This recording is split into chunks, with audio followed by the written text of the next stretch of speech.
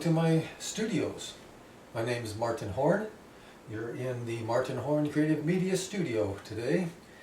This is the place where I compose piano and guitar, and I also am a graphic designer for websites and print and about anything you need in graphic design. But today we are testing the Yamaha P95 Digital Piano. The reason I'm putting this on YouTube is this will be the most complete video available. It's not only going to be a tutorial to show you how to use the piano, but it's also going to be a test of sound. And with sound, you must understand a few things first. So I'm going to explain how this review is going to go. With sound, even in the best recording studios, trying to pick up the sounds of these speakers will not give you any idea of what this piano actually sounds like. So, what I'm going to do during the tutorial is use the microphone on the camera, which will not give this piano all that great a sound on the video. But when we come to the testing of the sound, I will be using the output of the headphones and directly inputting that into my recorder. That is about the only way you can get the true sound of this instrument, or any instrument. As a recording engineer, which is part of my job here at the studios, I completely understand how this works, but I've noticed on my other reviews of digital pianos that people get confused. So what happens is, when you see this review on YouTube, you are listening to the piano being recorded directly from the headphone output, but you are listening through whatever source you have, your amplifier, your speakers, your headphones, whatever you're listening to. If you buy this instrument and take it home and listen to it with the identical sound system you are listening to this YouTube video on, you will have an identical, absolutely identical source. The idea is to get you the most fair review of the sound. And the reason I'm doing this review is this is just a remarkable instrument and everybody needs to know about it. It's only about $550 to $600, and it is perfect for anybody from the beginner to the highest professional. It's very portable, it weighs only 25 pounds, it's very easy to carry. So, what I'd like to do is start off. Now, as far as sound goes, during this tutorial part, you will be listening to the sound through the built-in speakers as recorded through the video microphone. But as I go through and give you auditions of the sounds, I will be then changing over to as I said, I'm going to plug this in and change it over to a direct injection, which is directly injecting the sound into the recorder. So during this tutorial, we're not really dealing with sound, we're just dealing with, how to use this instrument. So here we go. On a very basic level, you have a few sounds, and you have the options of overlapping sounds. You have a metronome, so you can keep beat. You have a volume control, and you have demo songs. And you also have demos of each instrument. So, we'll start off with the simplest part. Let's just hear what it sounds like with a demo song. All I'm going to do is push the demo song button.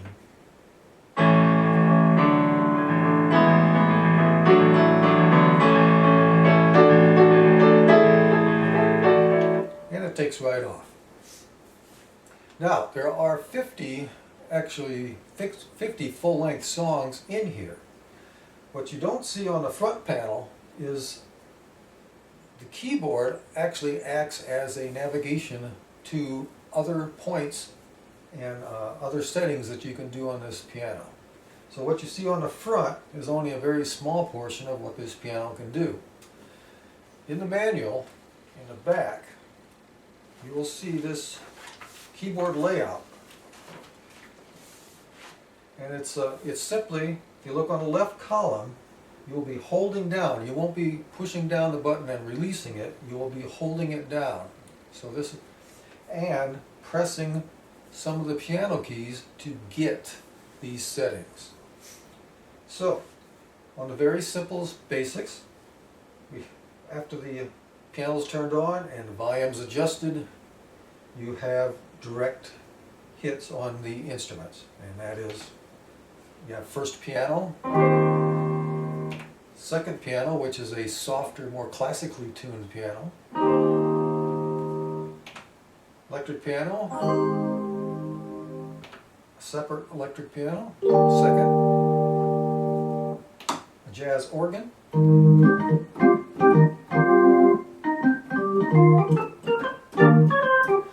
now with the organ, it's already been made an organ. You can use the sustain pedal, which you normally couldn't do on an organ, but organs do have sustain settings on some of them. So, but the change in volume, you can hit the keys at any velocity, and it stays at the same volume like an organ would. So that's already been done for you. Then we have a second organ. That one does have the velocity in it.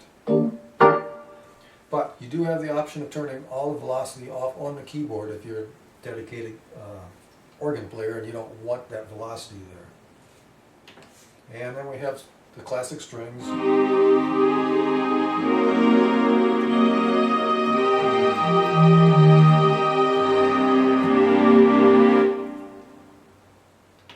And the choir.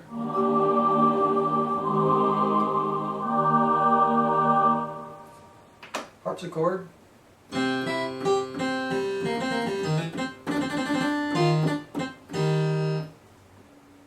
And a vibraphone.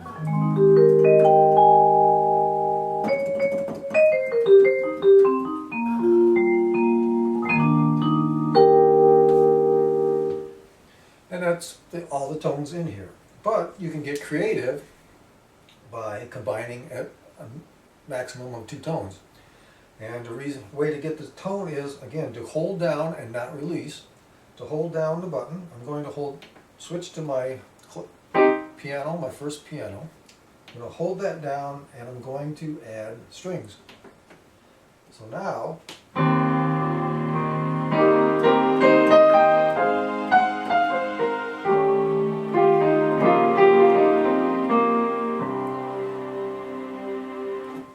the combination of piano and strings. And you can get very creative with this.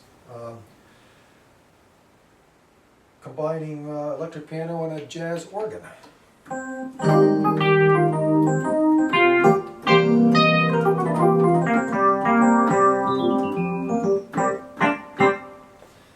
And you can get as creative as you want. So, that's on a very basic level. That's just picking sounds and combining sounds. Next, I'd like to show you the metronome, which is a 1-button push to start it. But as you will notice, there's also a bell at the beginning of the beat. So this one is giving you a 4/4 beat. But if you look at your manual, you can adjust that and you can see it. These are actually printed on the in small type underneath the controls here. You can change the metronome to, by holding down the metronome key and clicking. Now the bell is on a 2/4. So every second beat it's going off. But you can also turn that first beat off and not have the bell at all and just have the metronome. Metronome speed is the select next to it, the tempo. By holding down the metronome and using the select keys and holding them down, you can raise and lower the tempo.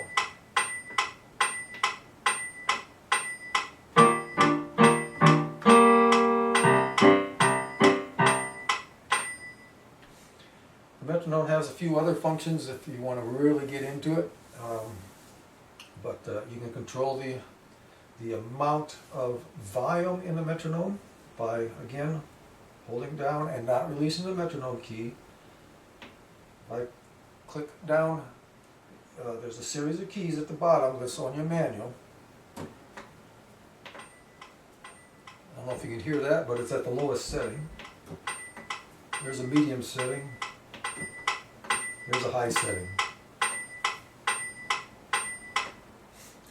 So this is where the keyboard gets a little complicated, and that is, it's all spelled out here though on the keys. The bottom keys here for metronome volume is by holding down the metronome key button and selecting a key to pick your volume. You can also pick quick. There's a series of keys up here also where you can pick a quick tempo. But I think the tempo up-down arrows here are the easiest ones to use. One of the most usable features that you will obtain not from the front panel is the reverb. I'm sure you can hear that on the video. It's a very long, big hall reverb. That is, the type of reverb is controlled by these keys up here, and how long, or what's called the depth of the reverb, how long it reverberates before it decays out, is these keys down here. And it's all done by holding down the metronome key. Metronome key has many functions, so don't think of it as just a metronome button. It is a multi-function button. So I'm going to hold it down and not release.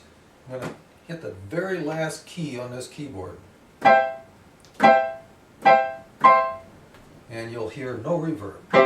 That last key turns it completely off. But if I go to the B flat, two semitones down,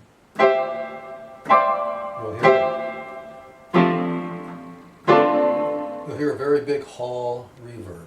And then there's a second hall reverb here.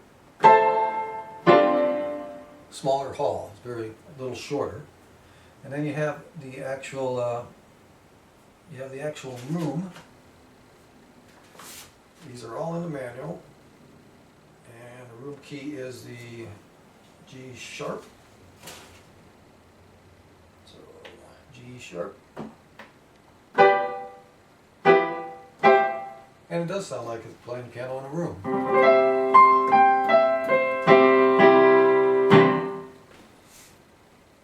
Now, on these settings now, I have so there's two settings for reverb you have to remember. One is to pick what kind you want or to turn it on and off. And two, to pick the depth or how long you want the reverb to be. For illustrations purposes, I made the reverb depth as long as it could be so you could hear the differences, because the differences are fairly subtle between the two halls and maybe even the stage position. Stage is a very short, and the big hall has the longest decay of all. So I'm going to set this on hall. Here we go on the manual here. I'm going to set it on hall 1, which is the A key. Which is and it is now set on the maximum depth. So I'm going to change that depth down to about middle, which would be this key here, E. So again, I'm going to hold down the metronome key, hit E, and I don't know if you can hear the difference, but there's a much shorter decay on there than there was. So now I'm going to switch back to the bigger hall. And you can play around with those and figure out what you like best with the built-in speakers. And if you're a professional, you can mess around with it, see what it sounds like on your bigger rig. But that gives you a really nice for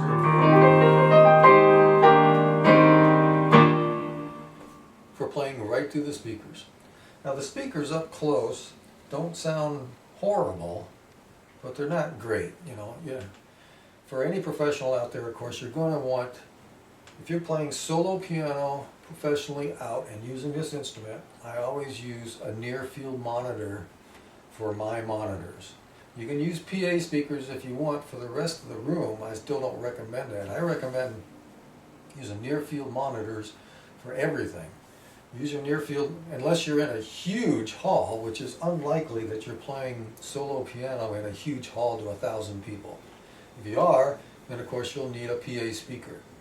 But for most part, most of your performances will probably be in a fairly small 500, 250, 100 seat auditorium, and the near field monitors as the main speaker for your audience is just fine. Make sure you get an 8-inch woofer so you have enough bass. And then for your monitor speakers, the ones facing you, you're going to have the other ones out front of you facing the audience. Then you'll have 2 monitors for yourself facing you, and those can be very small. You can just get a little 5-inch or 4-inch monitor for that, because you're going to be hearing the bass. Bass is non-directional, so you don't need to buy a large monitor for yourself and the audience. Little quick thing on monitors. People get confused with the sound. They listen to the sound of the keyboard through the speakers, and they judge the piano on that, which is, don't ever do that. You need to get a quality set of headphones, something that's, you know, something designed for a studio that's flat. And then when you compare pianos, and you compare the sound of pianos, if you're going to go to a piano store to compare, you want to compare them through headphones. And you also want to hear what it sounds like through the speakers too, but the actual sound of the piano, you're going to hear through the headphones. How much work they put into the samples and putting this piano together is going to be only evident through the headphone jack. They cannot put these tiny little speakers inside this little lightweight cabinet and get great sound. So with piano, of course, with everybody, especially the professional, sound is everything. So don't forget to audition all your pianos with headphones before you buy them, and pick the best one with the headphones, because most likely if you're playing professionally, you're going to have external speakers anyway. And then if you can control your external speakers with a small mixer or a small EQ unit, equalization unit, you will tailor your sound and get a very nice sound. For the beginner out there, these built-in speakers you're going to be very happy with. They are very good sounding.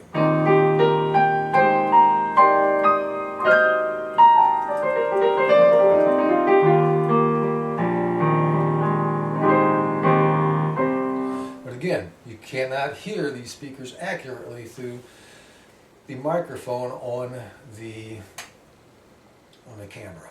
So the best I can do is, as I've said many times already now, is to use the headphone output and directly inject the sound to my recorder so you can actually hear what the instrument sounds like. And I will be doing that later. But during this tutorial, as I said, we're not dealing with sound, we're just dealing with how to play the piano and how to use the controls.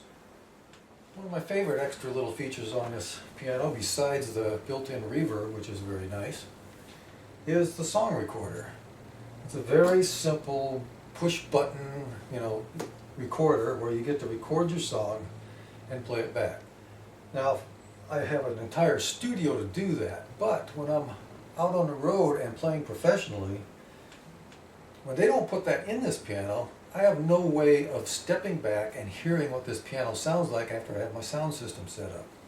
So for the professional, you'll now have a nice little built-in recorder where you can play a nice phrase of low notes, high notes, different velocities, and get a and then step back and actually hear what your audience is hearing. Very important, very important.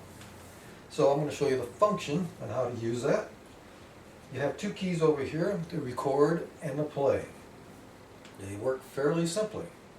When you press the record once, and this is going to be a press and release. Now there's two different ways to use these buttons, as I've explained before. One is to hold it down, which makes the button function differently, and the other is a simple click and release.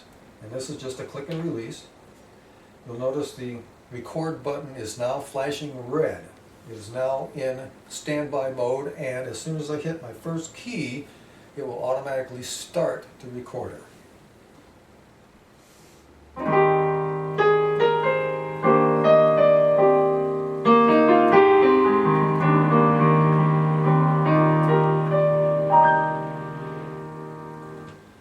I can hit either key, either the play or the record. I hit that key once to stop it. And now both the red and green play lights are flashing. You can't do anything during this time. It's actually, when it's flashing, it's actually saving the performance to a file. Now it's done flashing, I now just have a green play light. So I hit play.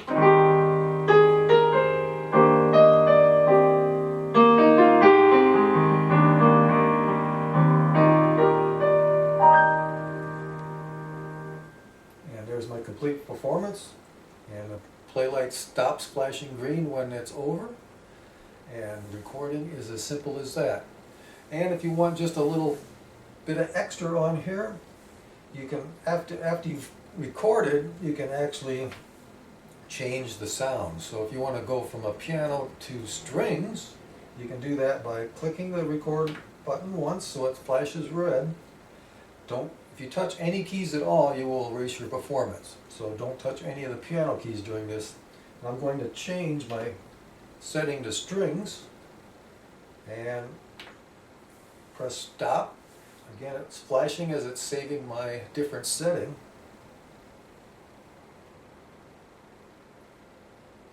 Still saving. Okay, it's saved. Now when I hit play, it's changed my performance from piano to strings. Kind of an interesting little extra there. But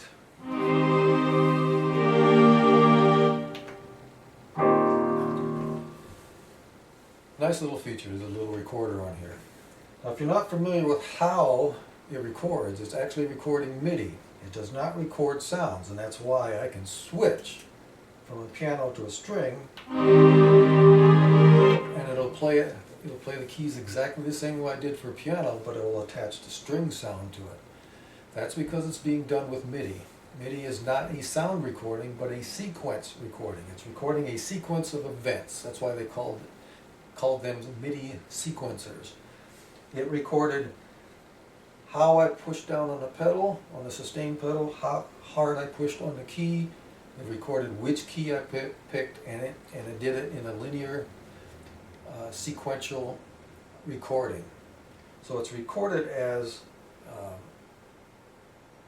don't know if you could call it computer language, but it's recorded as a sequence of events. And if I want to put that on an audio recording, I can simply, again, the only audio outs on here, the non-professional or the professional might be a little disappointed. The only audio outs are the headphones. Now it does have two headphone outs, and as soon as you plug in any one of those, it will take the sound away from your speakers. So you can't use your speakers as monitors. It will not use the headphone output and run the speakers at the same time. But because you have two headphones, you can use one headphone output to run to your amp and speakers, And you can use the other headphone output as a monitor if you want. If you like to use ear monitors instead of speaker monitors.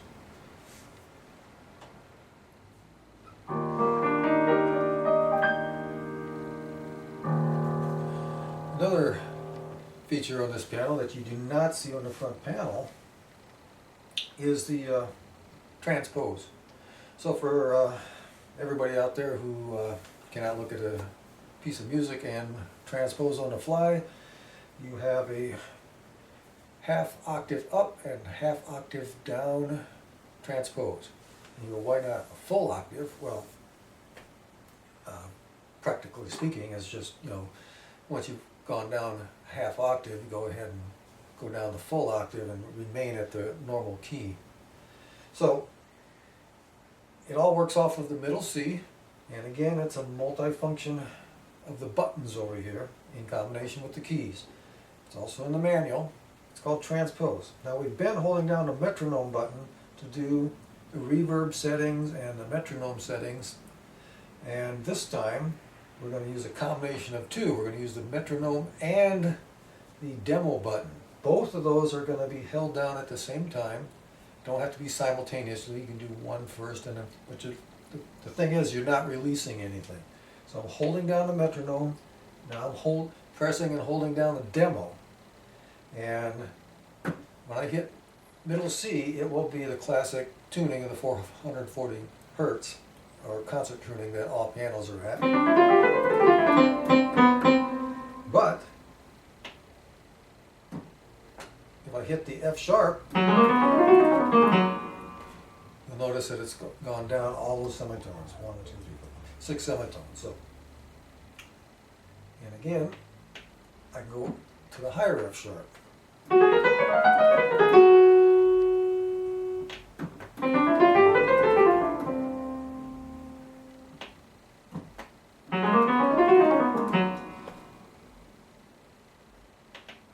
Of course, you want to remember to bring it back to normal.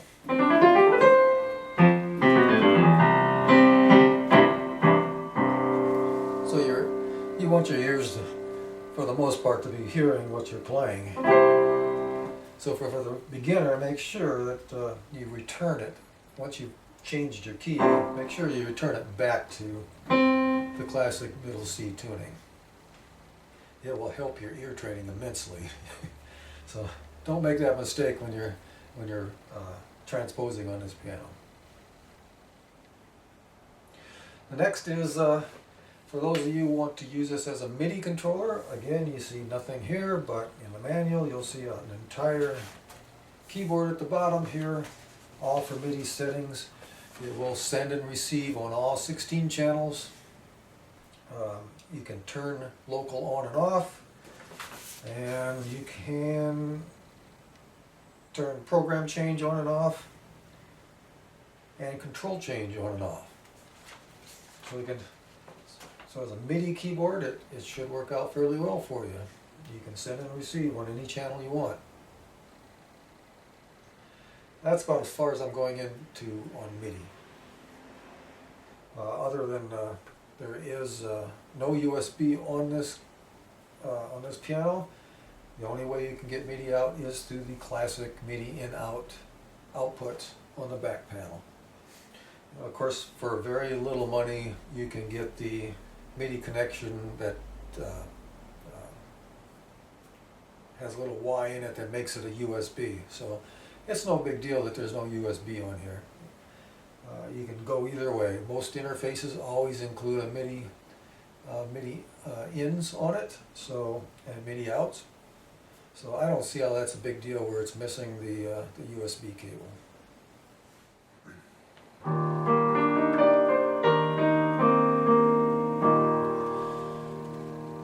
In the last part of this tutorial, I'm going to go over some controller options and some of the options you can buy for this piano that didn't come with it. Before I get into the controllers, there's one extra little feature in here, more advanced feature if you're playing in dual voices. I'm going to select a piano and I'm going to combine it with the strings So I'm holding down and not releasing the piano and selecting the string so that I get both a piano and a string together. But you have the options of moving those independently around in octaves. So this is a little more advanced feature.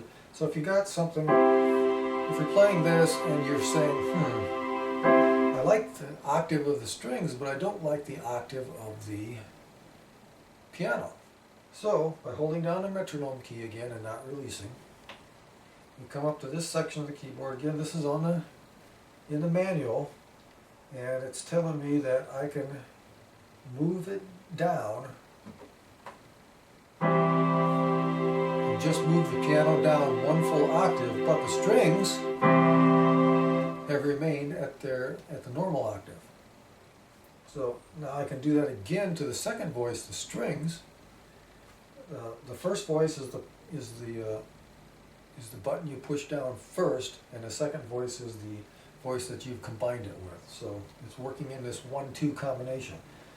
So it depends on how you select your voices. Since I held down the piano 1 key first, and then I selected the strings, my piano 1 key is my first voice. So what I did is select my first voice and say I wanted it to go down 1 octave, and it did. The piano went down 1 octave, strings remain the same. Now I'm going to say I want the strings to come up 1 octave. So now the piano has gone down 1 octave and the strings have gone up 1 octave. And you can return those back to normal. That's the normal tuning. So you have the option of bringing up a voice or bringing down a voice. So I could also leave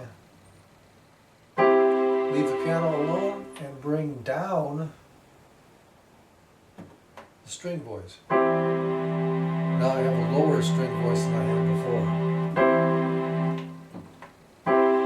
Here's the normal octave string voice. Here's the string voice of the octave below. And it resets. The octaves reset back to normal as soon as you get out of the dual layer function. So there is no way to actually save those settings, but it's very quick to make, so as an advanced feature. The next advanced feature is something you may use only once, or as you progress if you're a beginner, as you progress you may use it another time, but it's the controlling of the velocity. The velocity on a piano key on these keyboards is to get it to be like a real piano. The lighter I touch, the less sound you get. Just like the lighter you touch on a real piano, the hammers don't hit the strings very hard. And as I press harder,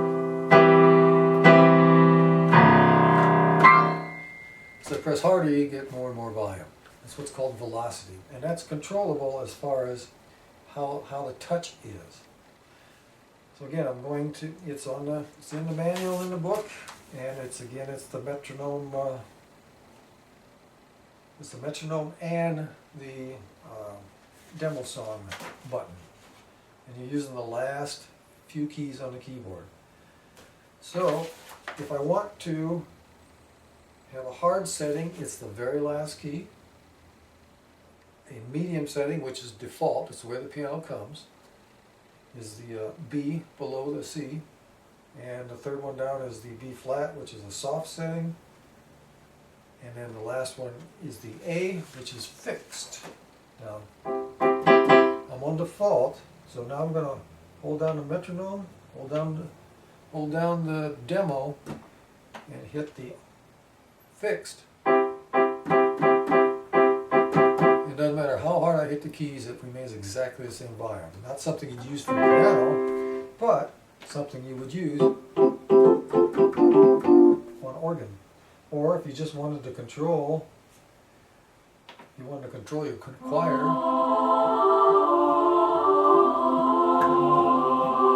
at all same volume levels, off. Again, that's not really what it's used for. Mainly it's for piano, adjusting to your strength level. If you're a really strong person, you may want to use a hard setting.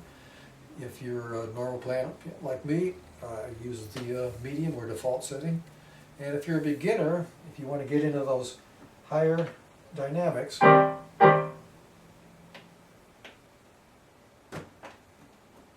may want to select a soft setting.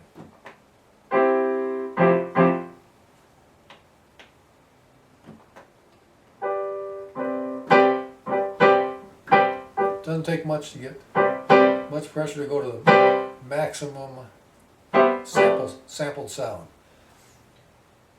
I'm going to return this back to the medium setting, which is the B.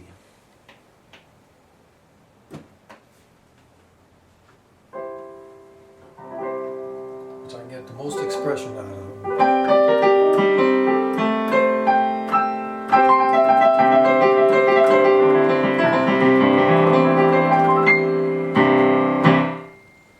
So that's my favorite setting, is the medium.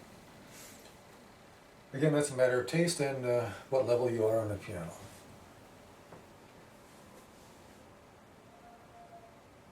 So that pretty much ends the tutorial on the keys, but I was going to tell you about a few of the options and the outputs on this. It's fairly simple. We have two headphone outputs, which can be used for headphones, or I'm having great luck just running them straight into an amp. I don't have any problems with the levels. You also have the power in from the supplied power adapter for AC conversion to DC. And you have a really nice feature is this can be fitted with an optional 3-pedal board, which gives you not only the sustain pedal, but it gives you a soft pedal and a sostenuto pedal, which is a pedal that most people don't get around to using, but it would hold your first key down while you played. A lot of the stride players would like to see that.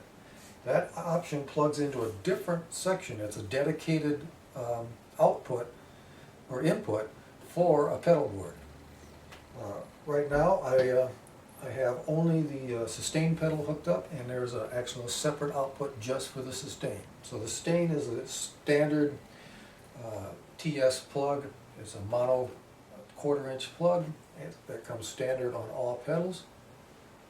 I'm using the Yamaha pedal. This piano, the P95, does not have what's called half pedaling. I missed that a little bit, but with a digital piano, the decay is faster than the note decay. How fast the notes under full sustain decay down to nothing is still much faster than an acoustic piano. So the half pedaling isn't all. I haven't missed it all that much. I've had half pedaling on a higher end keyboard I had before, and I thought I was going to miss it, but I don't miss it that much.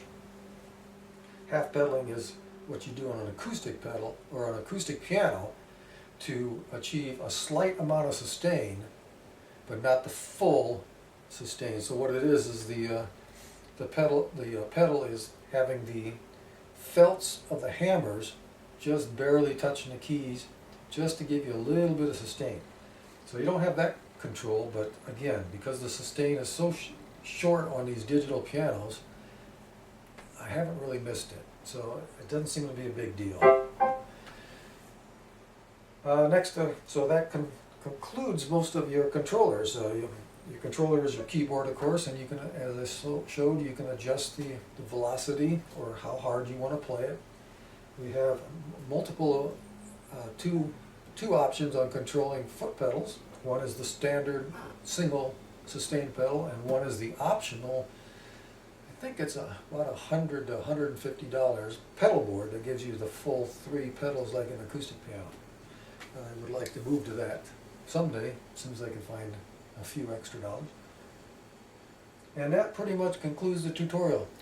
This is going to be a 3 section video, and the next part of the video we are going to be auditioning the sounds, except through a high-end recorder, so that you actually can hear what this instrument sounds like. And in the third section, I'm actually going to pick out a few piano pieces where you can actually hear this instrument being played. I'm going to pick out some pieces that work very soft and work very hard, and everything in between, so you get a really good view of how this piano sounds under the 2 piano settings. I will give you short auditions of the other sounds, but to most people that are buying this piano, like me, the piano sounds are 99.9% of what I bought this piano for. So I'm not going to spend that much time showing you the other sounds. They're just kind of, to me, they're just kind of fun sounds. If you're a gig guy, maybe you need the organ or something, but most likely everybody's buying this piano for the piano sounds, and that's what we're going to concentrate on. The third section is just the piano sounds. Okay? So I'll be right back.